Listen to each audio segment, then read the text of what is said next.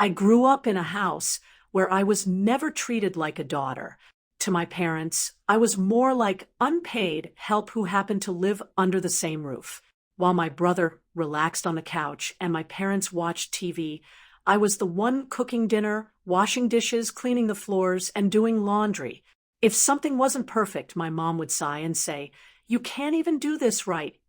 My dad would laugh and add, "Well, at least she's useful for something." They always said it like a joke, but after hearing it for years, it stopped feeling like one. Every holiday was the same, especially Christmas. While everyone else opened gifts and took photos, I spent the entire day in the kitchen cooking a huge dinner alone. That year, after 8 exhausting hours of preparing everything, I stepped into the living room for a moment, hoping someone might finally appreciate the effort. Instead, my brother smirked and said, "Look, the maid's taking a break." Everyone laughed. In that moment, something inside me finally snapped. They didn't see me as family. To them, I really was just the maid.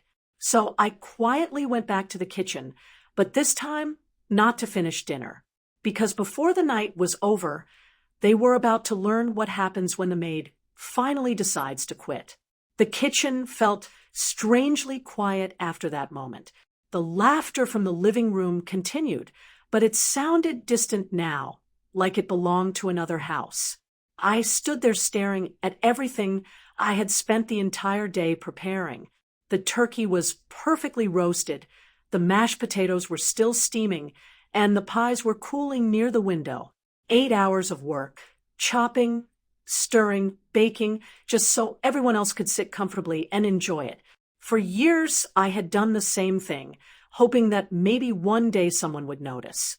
Maybe my mom would say thank you. Maybe my dad would say he appreciated the help. But after hearing my brother call me the maid, and everyone laughing, something inside me finally stopped trying. Slowly, I opened the cupboard and took out a few containers. At first it felt strange, like I was breaking an unspoken rule. But then I started packing the food. Turkey slices went into one container, mashed potatoes into another, stuffing into a third. One by one, the dishes disappeared from the counter.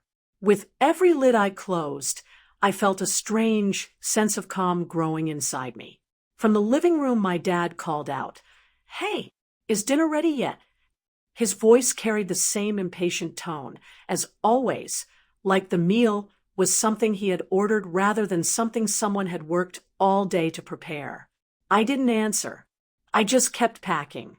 A few minutes later, my mom walked into the kitchen and stopped in the doorway. Her eyes scanned the empty counters and the containers in my hands. "What are you doing?" she asked slowly. "Packing," I replied. "Packing what?" "The food." Her expression tightened immediately. "Why would you do that? Dinner is about to be served." I zipped the bag and looked at her calmly. "Because I'm leaving." For a moment, she just stared at me, then let out a small laugh. "Stop being dramatic and put everything back."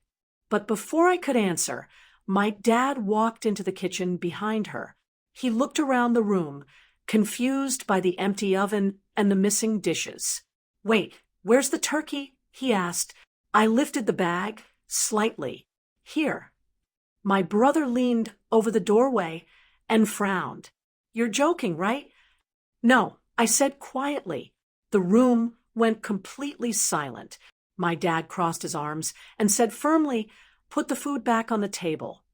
But for the first time, I didn't feel nervous or pressured. I just felt calm. I picked up my coat from the chair and slung the bag over my shoulder. "You can't take Christmas dinner," my mom snapped. I looked at her for a second before answering. "I bought the groceries. I cooked everything.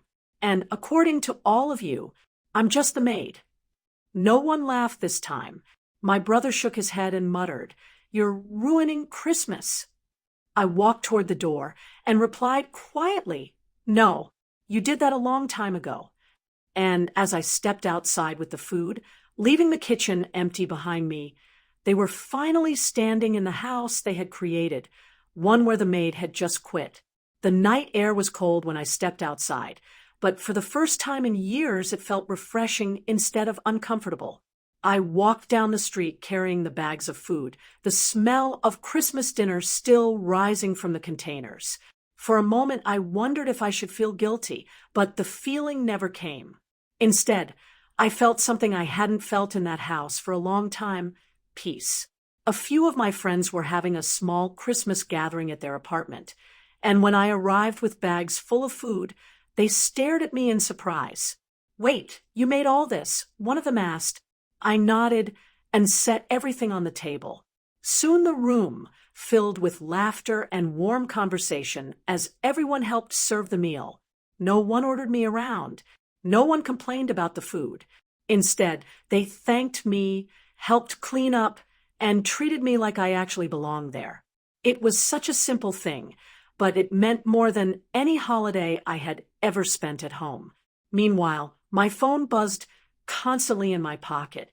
Missed calls from my parents. Messages from my brother. I didn't read them that night.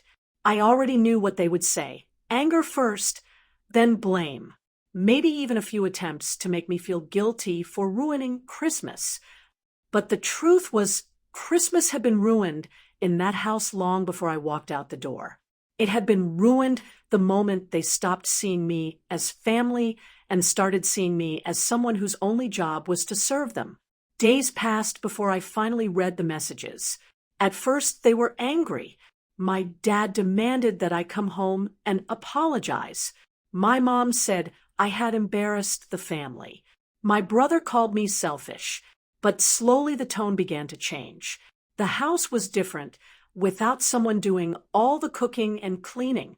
The meals weren't ready on time anymore. The laundry piled up. The kitchen stayed messy.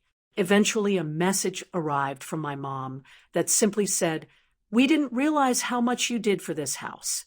I stared at the screen for a long time before putting the phone down. For years, I had waited to hear something like that. An acknowledgement, a moment of understanding. But strangely, it didn't feel as satisfying as I once imagined. By then, something inside me had already shifted. I wasn't angry anymore.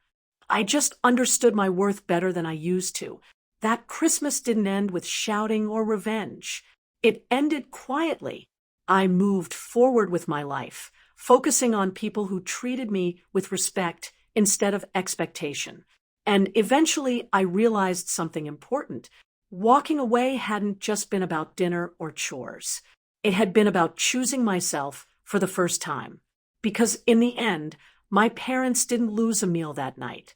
They lost the person who had been holding their home together all along.